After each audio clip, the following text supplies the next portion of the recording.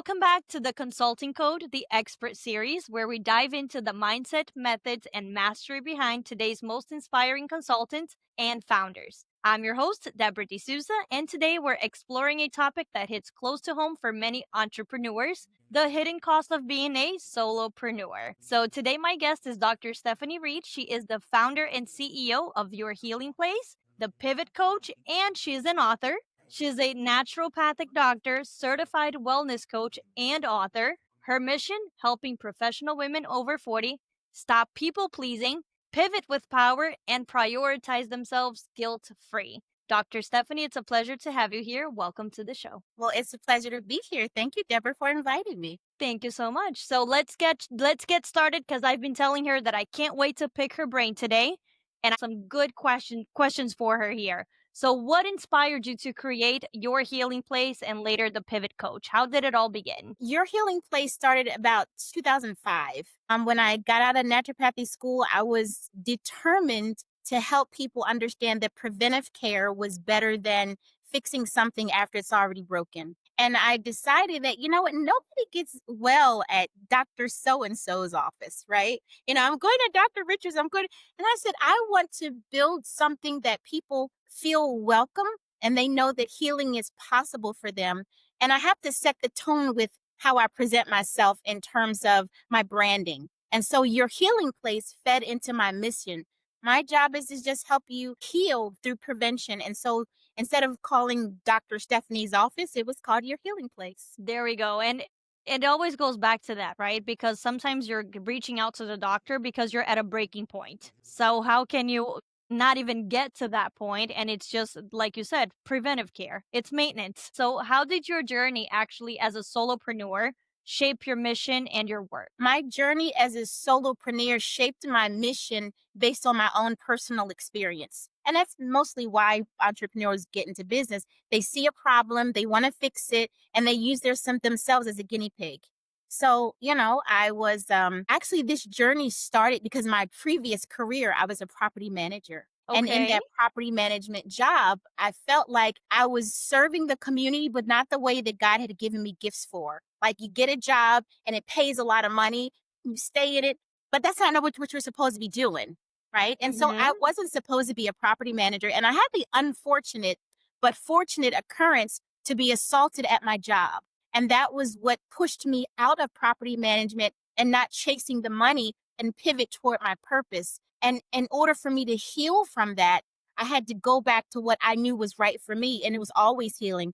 My initial interest was pediatrics. And I decided not to go into pediatrics because I gave birth to a son in Germany 18 months after I gave birth to a son in the States. And it was a completely different model of healthcare. And I'm thinking, yeah, I don't think I want to do that. I want to do that. But the money was so good in property management, I just kept putting it off. And so what happened was I was assaulted. I couldn't work, and I had to come to a place where I needed peace in my life more than I needed money. And so, finances went down in the toilet. I wasn't making any money. And I went to massage therapy school. And after massage therapy school, I went to naturopathic school. And then I realized I needed this level of care to heal from my own wounds. Let me see how I can deliver that to other people. And so I was diagnosed with lupus when I was 26. I've had Graves' disease. I've had prolapsed mitral valves. I've even had broken heart syndrome. And I was able to shift the understanding of what wellness could be for myself. And I had all the components to shift it for other people. So I have a bachelor's degree in exercise physiology. I have a master's degree in gerontology. I have an ND and PhD degree in natural medicine. I'm a licensed massage therapist and a certified coach. And I had the business knowledge from my previous job to start my own business. And so a lot of entrepreneurs will have this similar journey, but they might not have how to put the pieces together. Yeah. And that goes back to wearing many hats, right? That's Yeah. a lot of times solopreneurs, and even when you're starting out, you're wearing a lot of hats for your business to make it work. Yeah. When did you first notice the hidden cost of doing it all alone? The hidden cost of doing it all alone didn't start until after COVID, right? So prior to COVID, I had brick and mortar offices. I had 2 offices, as a matter of fact. My practice was growing exponentially. So I had a front staff, a back staff, and I just kind of served my clients the way I needed to. And I had administrators and even massage therapists for that component of the practice to do what they needed to do. It wasn't until COVID stopped that I realized this is unsustainable. Nobody's going to be able to come to the office because of COVID. I don't understand what's happening. So I shut my practice down. I shut it down. I Mm. closed my offices and people kept calling like, Dr. Steph, I need you. And I'm thinking, I don't know how to help you. And so what I did was I literally had to do that pivot. And that's where the pivot coach comes from. And I had to do that and say, okay, how do I deliver this in a new way? Well, that meant I had to go virtual, right? Everybody else Uh-huh. was on Zoom. So I had to figure out how to do the hair tissue analysis protocols, how to do the Zyto scans, how to do the coaching. And I literally had to start creating new opportunities. So I had to write a course. I had to write books. I had to write curriculums. I had to do all that. And then I'm saying, okay, so how do I deliver this by myself? And the first segue into getting help was I started hiring virtual assistants. Mm-hmm. That was the first thing. And that's when I knew I can't do this by myself because I spent more time in administration than I did with actually serving. And that's another thing that happens with solopreneurs. We want to be able to give our service, but there's so much behind the scenes. You can't do it all. Like, how do I stay relevant in social media? Right? How do I get the message out there? How many times do I have to post? What does my branding look like? What is my voice? What is my tone? It gets crazy. My first support outside of the office model was I started hiring VAs, whether it was from Upworks or Fiverr, whatever I thought I needed to get done quickly, I hired somebody out. Now I have someone that I've hired and they're consistently helping me all the time. Mm-hmm. Yeah. And that's a great resource to have, right? Whenever you focus on what is my strength, let Hmm. me delegate the rest, which is what I was talking about yesterday on a podcast, which is actually great. It comes down to that. So it's what some coaches will say your area of genius. Yes. Yes. Yes. So what are you comfortable with? What because some of the work that needs to be done, yes, you have to do it. It's a must and it's critical, but it drains you Yeah. because you don't master that area of it.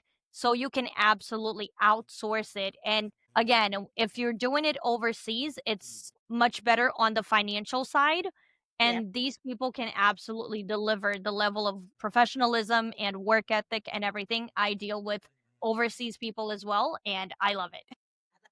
I love it. Yeah. So, how do you help women identify when their drive for independence starts crossing into burnout? Well, it's easy, but it's not easy. And so normally I help them identify where they are, what their perspective is about it currently, and how we shift perspective. So when Mhm. women come looking for someone like me, they go, I think I'm in menopause. I'm stressed out. I can't sleep. I have belly bloat. I'm irritable. And the first thing I do is I say, well, wait a minute. Let's change the perspective in that voice right away. The Mhm. first thing we want to acknowledge is menopause is just a catch all term. It doesn't have to hit every woman at a certain age. What it actually represents is an accumulation of lack of boundaries, accumulation of not knowing what's a good diet for you or how to manage your own emotional stress. Stop being people please. You don't know how to do that. And so your body starts breaking down as a result of that accumulation of stress. And it happens over 30, 40 years because the body takes a long time. It's a slow burn. And so when you say, I have menopause, what I say is you've been disempowered at the moment, but we can regain your power if we understand a few things. And so the first assessment that I use is called an archetype quiz. And Okay. so there's a quiz where a woman takes and she'll say, am I the maiden? Am I the mother? Am I the guardian or the crone? Understanding where you are from a conceptual can't make a Mhm. mom, right? I'm too guarded. That's the crone. I have wounds that I can't release. That's the mother. And so when I can give you that bit of information, you can kind of hang your hat on a concept and not make you feel so crazy. Like, oh, this is really a thing and there's a name to it. Wow. And so that's the first assessment that we use. And then we kind of unfold there, working through what's important to them and why they're not there. Because there's always a gap. You have a current Mhm. reality, right? And then you have a desired reality. Well, what's missing? Nothing's missing except a lack of knowledge, and women don't know what they don't know. So I just Yeah. fill that space, right? And you Yeah. filter it all in essentially for them because It's exactly what you said. You don't know what you don't know. And the moment someone comes in and they say, how about this? What if you look at it from this angle? How about making a decision from here? And it changes everything. Once you change your mindset and you change the way you're looking at something, then it's not a lost cause. No, it's not a lost cause. Then Yeah. you have control of the decisions that you're making. So, what personal or client stories stand out to you that reveal those unseen pressures and what people deal with and kind of overcoming that? A really good one. Currently, I'm working with a client who's been diagnosed with lung cancer. Ooh. And we go, "Oh, that seems so horrible." And it is to the person who thinks that the diagnosis is terminal. But if you can consider, just kind of consider and play with the idea for a minute, that everything has a root cause. In traditional Chinese medicine, emotions get trapped or they are assigned to different organs. We know this. So here's the one organ that we all know. I was so scared I almost peed on myself. That's because the energy of fear goes to the kidneys and affects the bladder, right? I didn't know that. That's how Yeah, the saying came about. Okay. exactly. And so it actually happens with most organs. So when you have a lung problem, that's a grief problem, right? You go, oh, that's so sad. And we never exhale. And then when you don't exhale, you get an accumulation of toxins in the lungs without the movement of the toxins. It creates a stagnation. And that stagnation creates either phlegm and or a lesion.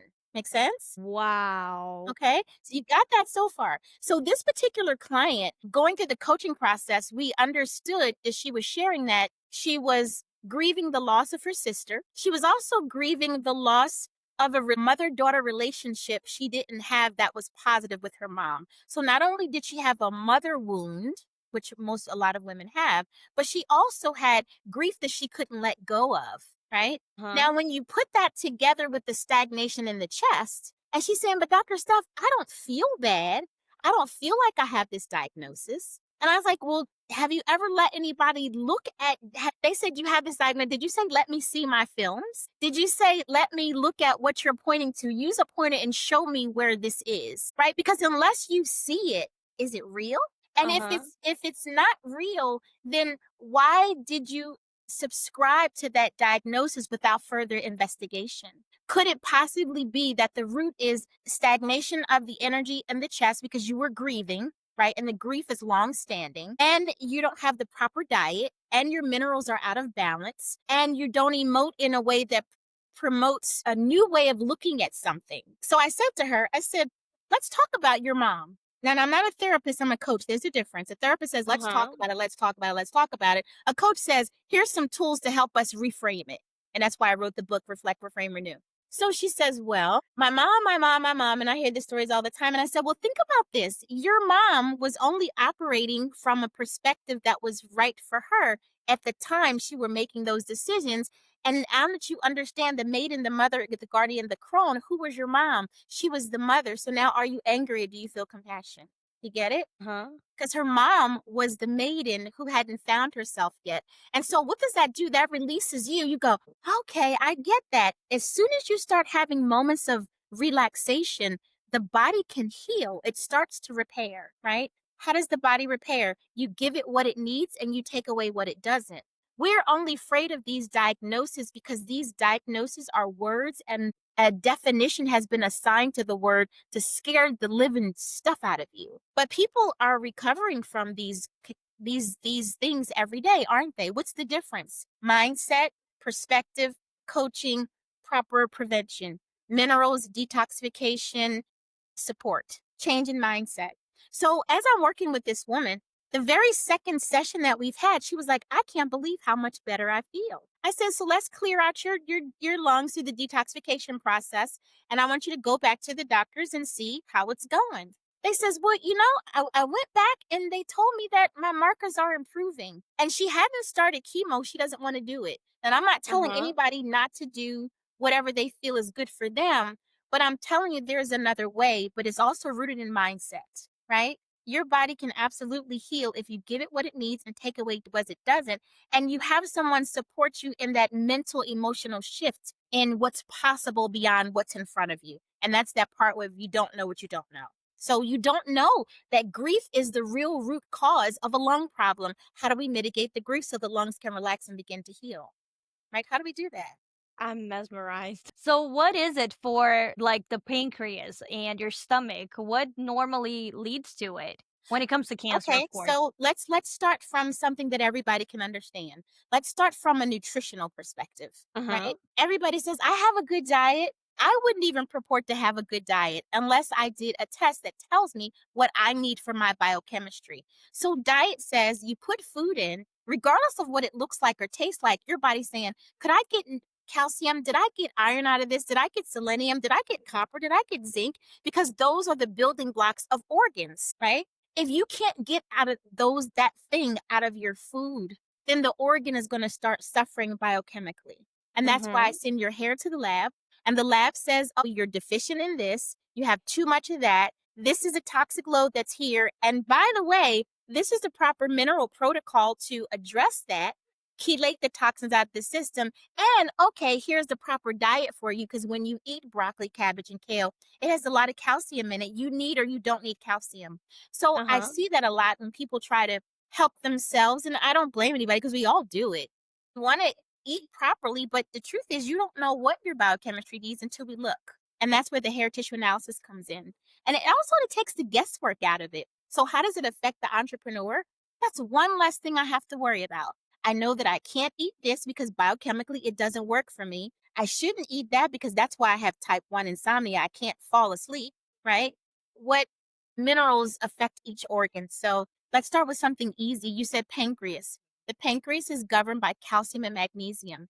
When those two are off balance, your ability to metabolize carbohydrates can be compromised. It's going to definitely be compromised if you're eating too many carbs anyway. But the more carbs you eat, and I'm trying not to get too scientific, the more carbs you eat, the more you slow down your thyroid gland. The more you slow down your thyroid gland, the Uh-huh. more calcium you store and not use. Stored calcium shows up as cold hands and feet, dry skin, dry hair. Type 1 insomnia means you can't fall asleep. So they say, I'm a night owl. No, you have a calcium toxicity. And eating cruciferous vegetables makes it worse because when you eat broccoli, cabbage, and kale and have your kale smoothie in the morning, it's chock full of calcium. So now Uh-huh. the calcium can't be metabolized, it's being stored and is getting worse.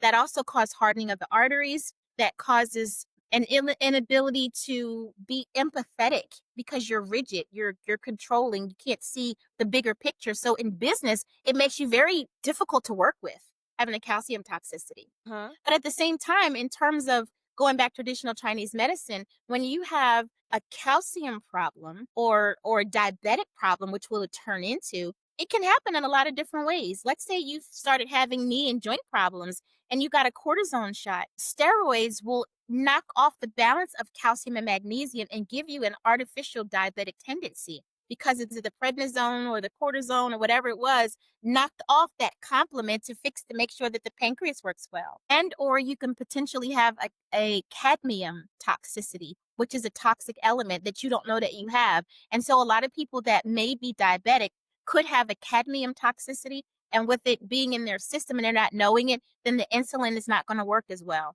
Right? The DASH diet and all the things that you're told doesn't work as well because the little hidden little niggle in the background nobody's addressing. And that's another plug for hair tissue analysis. But here's the final part of that. When you have a diabetic problem, since we started with diet with the pancreas, that Uh-huh. means that you have a lack of sweetness in your life, which indicates there's an imbalance. You're all work and no play.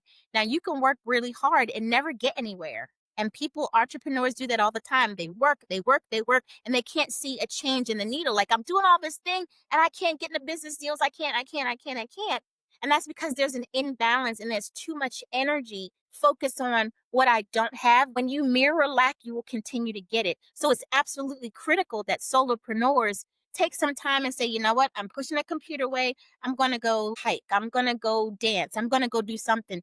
You can afford to put it aside because when you Mhm. do, you create that balance and everything can now recalibrate. I know that was a long answer, but hopefully it was No, helpful. but I loved it. I'm like I'm so into this. I'm loving it. And it goes Awesome. back to something that I have heard and something that I know that a lot of people do. The Jews take the Sabbath, right? And there are some other religions too that they take the Sabbath. And that's your time to disconnect. That's your time to focus on family. Hmm. That's your time to bring it all in because again, you're giving 6 out of 7 days to work and the focus that it needs to have. So why not take one day just to say, I'm out.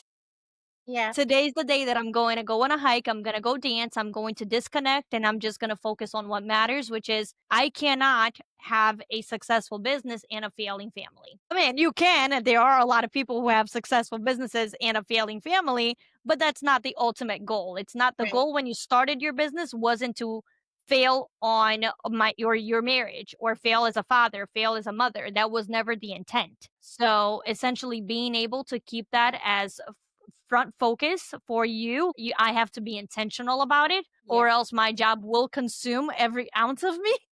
Yeah. Yeah.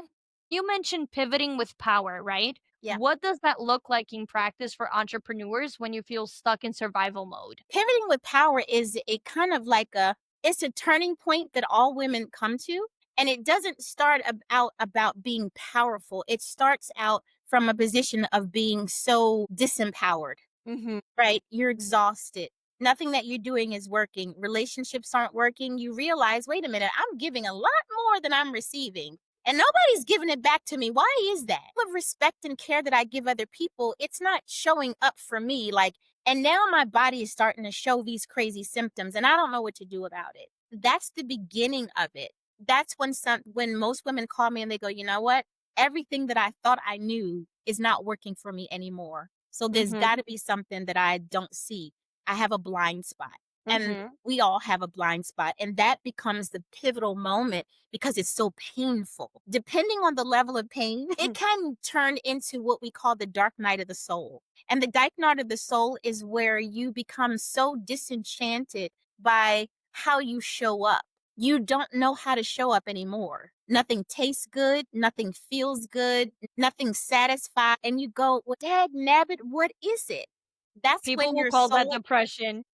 right? But it's actually a very powerful place to be if you allow yourself to go through it, Mhm. because on the other side is new information, right? The only way that I can kind of give it to you, if you don't mind, I'll share a quick story. In 2014, I gave Okay. birth to a little girl, and she was born on my husband's birthday, and she actually died the same day. Yeah, she did. And it was a medical mistake. And I was devastated. Would you hear me when I say devastated? The devastation was beyond relief. And it took me 7 years to come to grips with the concept that I didn't see in the beginning of the emotional dark night of the soul. And I allowed myself to feel the pain and ache and mourn and cry. I mean, I sobbed and cried for on and off for 7 years, right? Therapy, Wow. grief counseling, the whole 9 yards. And that's where I got broken heart syndrome. So, if a severe loss, it will affect the electromagnetic field of your heart. And this can be shown on an echocardiogram as an octopus pulling away from the heart. And it's called Takotsubo stress cardiomyopathy. People know it as broken heart syndrome. It is a real thing, and it comes from a traumatic loss. So I'll lay that there. A lot of women share that. They just don't understand where it came from. So I went through that and I said, there's got to be a moment of getting over this hump. And the moment came from, I had nothing, like there was nothing anybody else could say, do, or feel. I just had to sit there and feel the burn, which is what a lot of women do. And when I felt the burn, I started hearing the voice of the divine, and it said to me, you know, people live for varying reasons and times. You have 80-year-olds, and you have 21-year-olds, and you have 100-year-olds, you have 35. Everybody comes here for a designated time that they agreed to for a purpose. And the mother is just the vessel that the divine used to bring that soul here. Your daughter only needed to live 9 hours and 20 minutes to impact you so you could change the world. And that's when the light bulb went off and the pain went away and I was completely healed. It's Wow. about understanding that there is another side of the darkness, but you have to allow yourself to go through it. So depression is a gateway to your deliverance. It's not bad, but we try to stop it like we try to stop a fever, right? Mhm. When you stop a fever, you're stopping the body's ability to burn off a microbe. right? So let the fever go, right? If it gets too high, get in some cool water, but don't take a Tylenol, right? Because that's the body's mechanism for divine healing, same way with your emotional state. And for that, I'm able to use a technology called the transdermal optic. We call it a Zytoscan.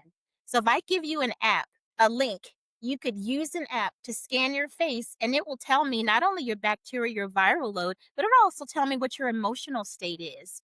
And then I coach women through those emotional states to help them How? heal because all of that information is under the capillaries of your face. Because when you're in an emotional state, the body has a vibratory spin that will show it. Just like when you're afraid, your hands will shake, right? Uh-huh. But that's also a thyroid problem, right? When your thyroid gland is too high and you sweat a lot and you're hungry all the time and you're real itchy, that tells me that the thyroid gland has sped up.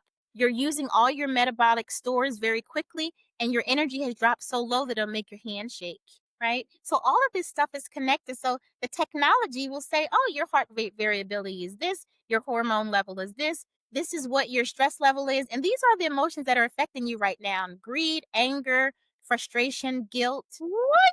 Yes, it's all here in this technology. So that's the other way that I was able to create a balance being a solopreneur. I needed to make sure that I found the technologies that I could use that didn't require my staff that I used to have. Naturopathy is pretty high tech as well.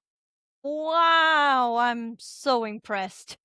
Yeah. I love what I I had do. no idea. Yeah. So when somebody says, I take herbs, I go, that's not what I do. However, we do have the capability to get the herbs and stuff that you need through testing. So when you do this scan, it will tell me the proper herbs and stuff that you need. And we have a connection with our lab that will give, you could just order it, but it's proprietary to what you test it for. Just like when we send your hair to the lab. So I never guess. I never guess. I Uh-huh. never say I can give you a right diet. I never say that I can do. We always test and assess it based on your body's biofeedback. And that's the best way to do it. So is it accurate? Absolutely, because it's based off your body, not my guessing. That's the Uh-huh. best part about naturopathy is because I'll never say to you, "Well, take this and try it for 2 weeks and see how it works for you." And if it doesn't work, we don't have to do that because the technology and the lab test gives it to you verbatim based on what your body needs, not what Sue down the street could use as well. And how often do you have to take that kind of test? How often does it change for your body, essentially? Normally, when I have a new client, we do the transdermal scan as the baseline. So I want to see what's happening with your viral load, your bacterial load, your parasitic load, your hormones, your heart rate variability. And then I put you on the detox program to remove some of that agitation out of your system.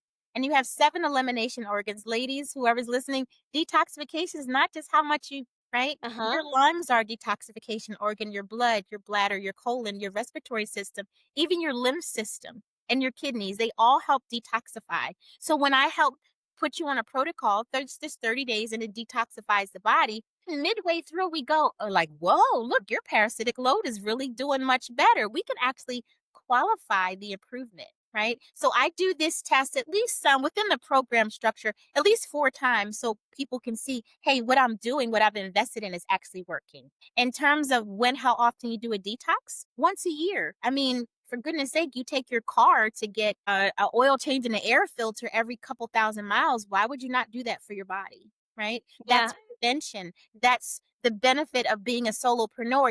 If you do these basic benchmarks, you can have the energy to run your business. You're not going to lose out in productivity. You're going to have the energy that you need to not only delegate eventually, but have the understanding and the vision of your own mission. Because sometimes when you're stressed out, you lose that. Like, Mhm. what is your why? Like, why are you an entrepreneur? Why do you do this? Is it just for the money? That's not going to work long term. Because if it's just for Yes. the money, when it gets hard, you're going to stop. This has to be something that you're passionate about. I completely agree. And working with professional women over 40, right? What patterns or trends are you seeing in that group when it comes to their career pivots and the burnouts? What else are you seeing specific to this group 40 plus when it comes to being a professional and being at that age range? A lot of women have reported that they no longer know who they are. Like, I don't know who I am. I've been doing this on autopilot and I have no idea what I'm doing and I'm now frustrated. And the reason that happens is because most women in our age bracket, I'm 50, gosh, I'll be 59 next month. So most women in our age bracket, we've chosen careers based on what it could bring to the table in terms of survival. Uh huh. So when you start something in survival mode, there's very little joy in it. You become kind of dogmatic in how you approach it. You become like an automaton. You know how to do it, you know how to get it done, but it doesn't bring joy. It doesn't Uh bring huh. a sense of I'm comfortable in my own skin. And so they go, so now that I've been doing this and I don't have to survive anymore, I want to thrive. How do I thrive? What does it look like? What does it look like? And the thriving looks like accepting something that's very challenging because women our age, we think we know it all, right? Been Hmm. there, done that, know it all. But the truth is, the reason why we become disenchanted with our current reality and it's time to pivot is because we don't realize we're operating on a subconscious level. Everything we do is autopilot. And women only have three problems. We only have three triggers and past traumas, negative self belief. I'm not tall enough. I'm not thin enough. I'm not educated enough. I don't have the masses. I need the PhD, blah, blah, blah, blah. And a lot of disappointments and regrets. But that's not something that we share because we have to pretend that we have it all together, right? Hmm. And so when you recognize that you only have those three problems, then you say to yourself, well, what's the biggest problem? The biggest problem is I'm not walking in my purpose. Now it goes, well, what is my purpose? It's the opposite of what you've been doing your whole life to survive. Your purpose is based on your passion, which is based on the gifting that you've been given, but you didn't feel safe enough to explore that. You did what was necessary. And now you're like, I don't have to do that anymore, but how do I thrive? You thrive by start playing, take those trips, get a coach, do some retreats to discover that part of you that you have not allowed to evolve because you've been so busy strengthening the muscle of survival. You don't know what it feels like to have that joy. And that's that pivot moment. It's like the person that I've become, I don't like her. Hmm. She's too controlling. She's too serious. She doesn't let her hair down because she's afraid. And the reason is because she's been in the mother and the maiden so long, she doesn't know herself enough to set boundaries because she doesn't like confrontation. So she's a yes person. Sure, I got you. I could do that. And a while she's burning in her heart. Why did I say yes when I really don't want? Now she has right? There's resentment, and that resentment stifles creativity, and stifle creativity causes a reproductive problem, right? Energetically. So fibroids or endometriosis, PCOS, infertility, that's all a stagnation in the creative center because you don't feel safe enough to explore your creative side. So you stay on the rigid survival side. And this is all the part, this is why the coaching is so significant because this is the part that you don't know that you don't know because only taking a pill and changing your diet is not going to fix the problem because those are the symptoms, not the root. Absolutely. And I was about to say that it's all about getting to the root of the problem because then you can really not only fix it, but make it long term. Yeah. And it's not about a quick fix at the end of the day. And something that I heard from an entrepreneur too, when people say what's my purpose, your purpose will never be something that only benefits you. And I live by that. If you say I want to do this because it's going to give me money, that's not your purpose. Your No. purpose is how can I bring value? Yeah. How can I use what I know and the gifts that I've been giving and what comes naturally to me, but it's not natural for other people? Yep. Yeah. Absolutely. Absolutely. I'm loving this. Too. In today's fast-paced AI driven world, business world, what are the biggest emotional and mental health challenges solopreneurs are facing that you see? I would say the biggest challenge for solopreneurs in this new space is starting to feel that your original reason for doing what you do is now obsolete. It's never going to be obsolete because we're coming from a humanistic perspective. However, you have to learn how to navigate within this new AI world. Mhm. Just like we know we need to learn how to navigate from going from a brick and mortar to maybe virtual assistants. So, what happens is, in order for us to stay relevant in our own business niches, we have to be true to the original idea, provided that the original idea, like you said, is of service, right? Mhm. That's always foundational. You can't lose with that. But now you have to know your niche and your audience so well you have to learn how to deliver to them what they need on their terms, not yours. I use AI. If you call my office right now, my AI assistant, her name is Maya. She's been programmed to know everything about my business. So you can ask her anything and she can answer it. She's just facilitating something that I don't need to do, like be on the phone for 20 minutes for somebody to decide whether they want to work with me. Right. Yes. At the end of her call, she'll book the appointment. And then you and I will have a human, very intimate conversation like you and I are doing right now. And then you'll be able to feel my energy. I'll feel your energy and say, hey, we're a good fit. Let's work together. This is how Mm-hmm. I can support you. I understand what you need and let's go for it. So that AI part is significant, but it never takes the place of the foundational reason why you became a solo or entrepreneur, to serve, to give your gift and talent that God gave you to the world, which is the reason why you have it. Yes, 100%.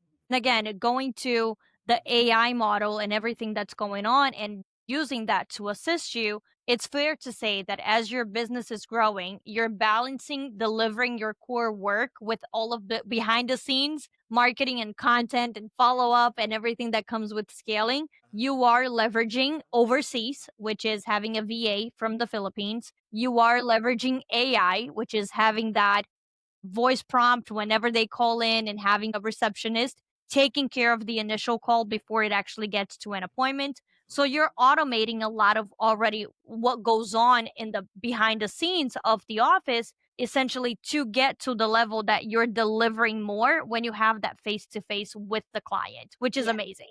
Yeah, yeah. Because So, when I'm face to face, you have my full attention. I always tell the client, you're the most important person in this call, and you have my mhm, undivided attention. Let's get what you need. And one of the things that I hear 100% of my clients, when they on onboarding, they say, I decided to work with you because it's the first time I felt seen. You didn't tell me what I needed and what I was going to do and what you could do for me. That wasn't the beginning, the end, or the middle of the conversation. It was all about making me feel seen, and I felt validated. And I hadn't felt like that in a long time. And the reason why I can do that is because I'm true to the mission of my business structure, because I needed to feel seen after I was assaulted at my job. I needed to be heard. I needed somebody to understand. Look, crazy lady, you're not blowing this out of proportion. That happened to you. It created this dynamic. It created this effect, and this is what you need. Because nobody wanted to hear my story. It was mhm, just like, okay, well, you survived. Thank God, keep it moving. But right. there's still a hole here. Hello, there's a wound right there. And depending on whether I'm the maiden, the mother, guardian, the crone, will determine how I successfully transmute that disempowered experience into something that I could use for myself in the positive. And that's the whole game. That's the whole game. Can we revisit the mother, the maiden, the guardian? Can you say that Yes, again? yes, yes, yes. So Who's who and what who does what? I'll tell you what. Okay, so here's the mother. I mean, the maiden. Let's start with her. The maiden is the young woman who's finding herself. Okay. She's the young woman who just started Menarch, and she's saying to herself, I don't like to wear pants anymore. Can I wear skirts? I don't like my hair in two ponytails. Can I wear one ponytail? Right? Her intuition is starting to come online. And if Okay. her intuition is validated, then she becomes strong in her own position. But more times than not, her intuitive nudges are devaluated. You're too serious. It's not that deep. You didn't see it the way you saw it. Uncle such and such, he's gonna be such and such. So everything that you feel and you're kind of figuring out is now shut down. So you don't learn what you like, what you don't like, who you are becoming. And so if you can't figure that out, then your job is to just get along to get along. And that's where the people pleaser begins. And then what happens is the maiden will easily shift into the mother because she is going to be the agreeable one who you can put tasks on. Go feed your brother, go babysit, because you don't want confrontation. So you become the good little girl. And this is Uh-huh. very easy for women in my age bracket because we were taught you can be seen and not heard. You can think it, but you better not say it. And if this happens in our house, it stays here. So whatever Mhm. trauma you was going through, nobody knew you had to stiff upper lip. And then, of course, we had that dumb commercial, never let them see you sweat, right? Like, so there was no way that we could show the pain. Mhm. That turns into a lack of boundaries. And unfortunately, either voluntarily, you became a mom at a young age. I had my first son when I was 21, and Mhm. I got married when I was 19. You become a mother before you know yourself. And that mothering says, I'm giving all of my energy outside of myself, but I don't know how to love on myself. And because you don't know how to do it, then you find yourself in uncomfortable relationships with people using and abusing your time, talent, and treasure because you don't know how to set a boundary because you're afraid of confrontation from being the maiden. Mm-hmm. And that phase, unfortunately, lasts a long time because we're mothers 18, 20 years. And if there is a gap in between your children, the first child turns 18, but then you have another one that's 22 and the other one is 9. And so you're in this mothering phase for 30 years Yes. until you start to go, pump your brakes, Mm-hmm. and you start to realize I need to start living for me without guilt and apology. But the guilt does rise because you don't know how to pull back and say, what about me, damn it? Absolutely. And you find yourself in this pattern. The guardian usually comes online when she's had a moment of pivot, like I did when my daughter died and my whole world was shattered.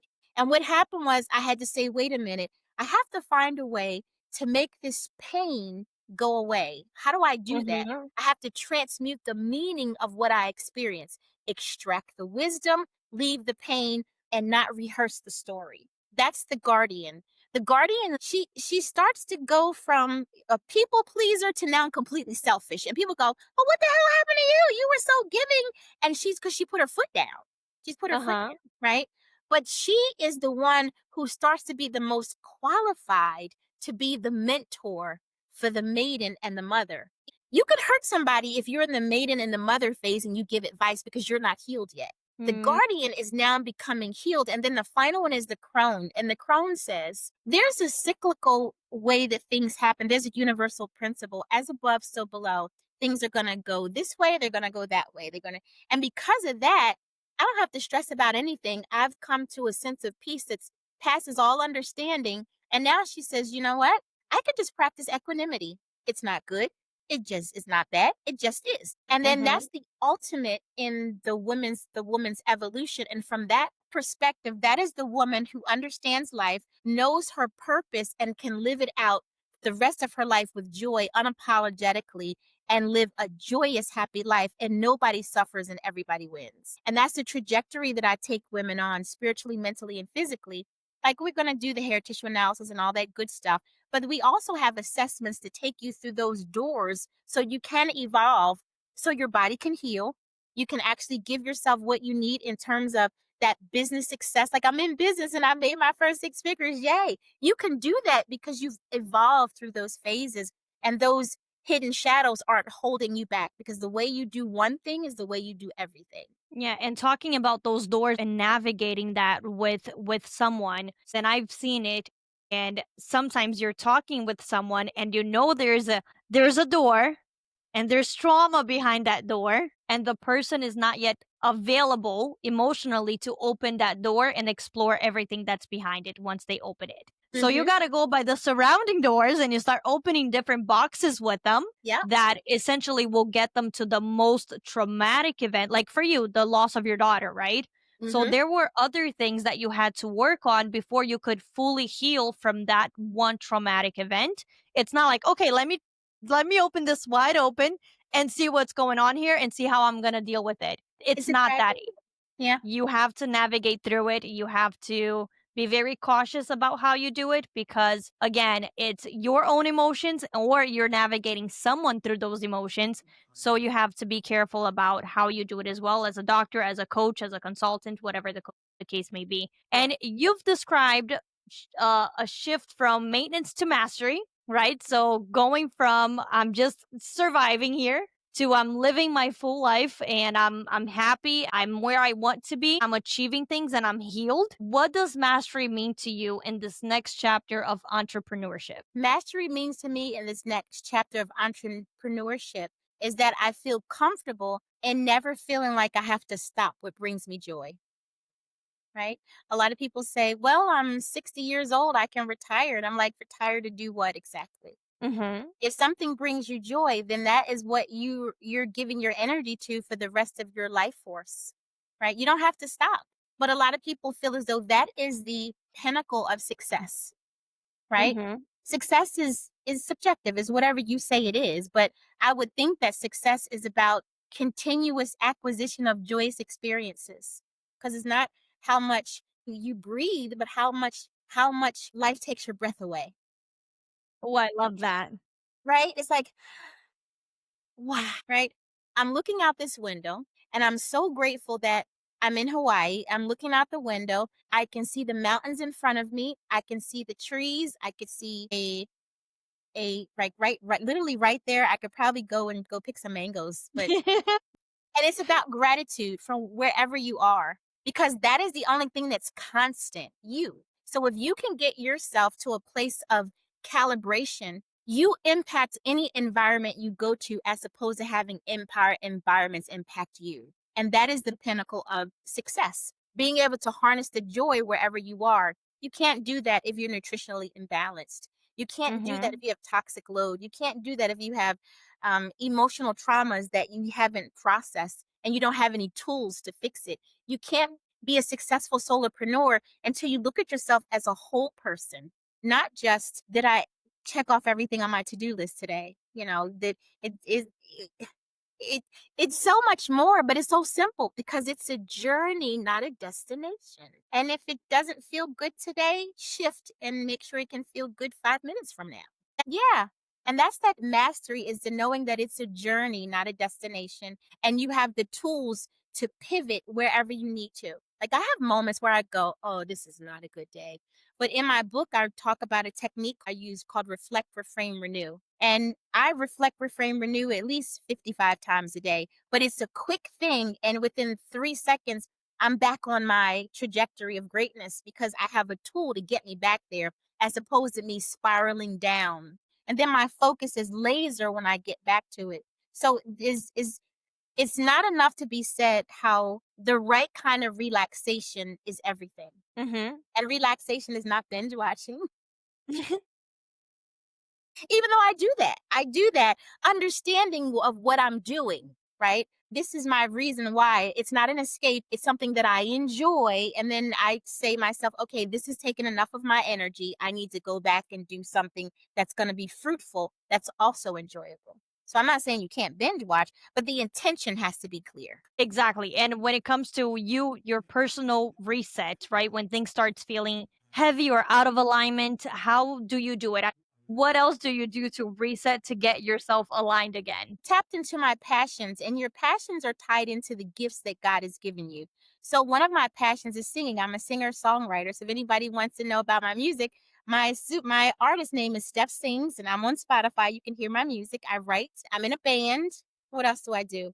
I'm a grandma, so I play with my Oh, grandkids. What else do I do? I write books. I do things that bring me joy, but the things that bring you joy are the things that come naturally. And that's what makes it so joyful, because it's not hard. Life is already hard. Understand your purpose and your passion from the gifts that God gave you, and then you can add that to the mix. And I give women another tool to do that. I've created an online course. It's called Unclock Your Creative Purpose. So that helps women understand how to tap into where their purpose is. I believe I have touched as many of the touch points that women need in order to go from disempowered to mastery. I've given the points. I've written the books. I have the coaching. It's all there.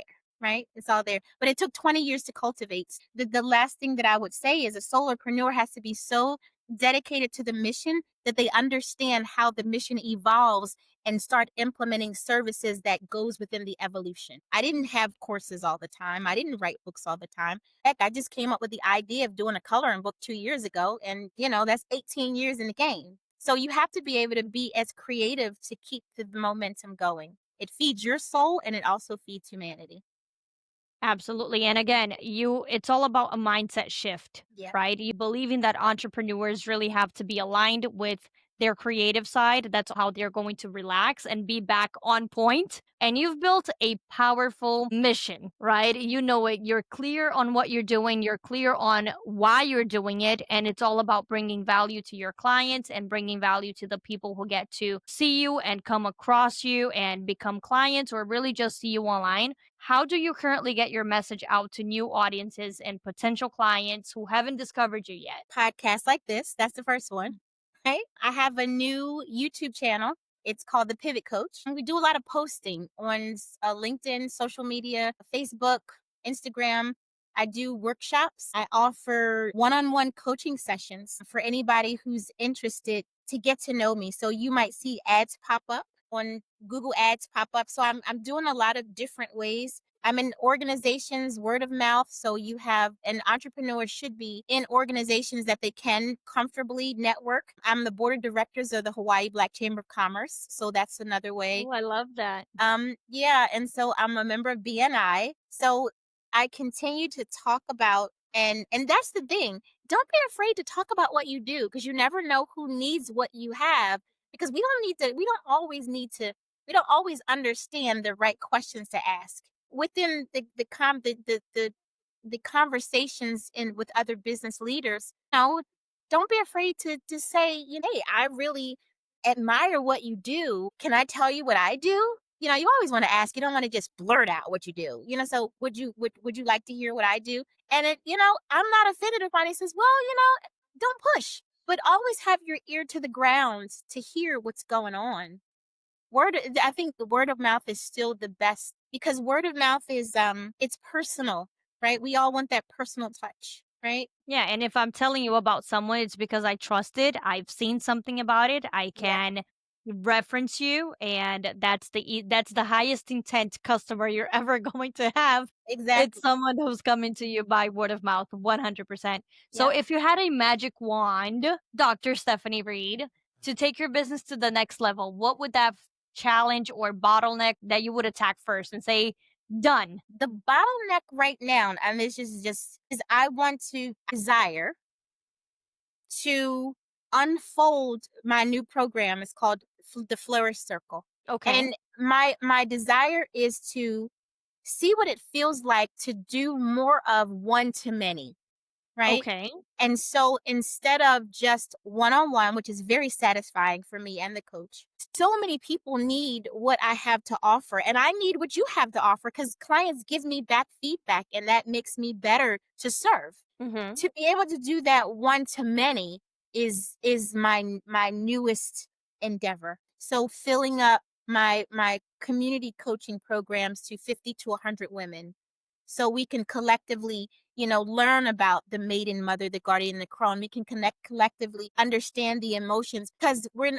not women don't grow in isolation. We grow Mm-hmm. through community. And even though we have our wounds, we have so much power. And so every woman has an opportunity to try out and test on what it feels like to give her wisdom and expertise in a group setting and get feedback from it and have that job well done. You're on the right track. Let's keep this going. That's my new vision is to have the Flourish Circle reach. The beta program that we're testing out is 50 women, but absolutely thousands is on the radar. I did hear that the best way for you to learn something is for you to teach it. Yeah. So if you learn something and you really want it to resonate and you really want it to stick, say it to someone else, teach it to someone else, and present the idea because your brain will retain a lot more of that. You're absolutely right. You So, hit the nail on the head.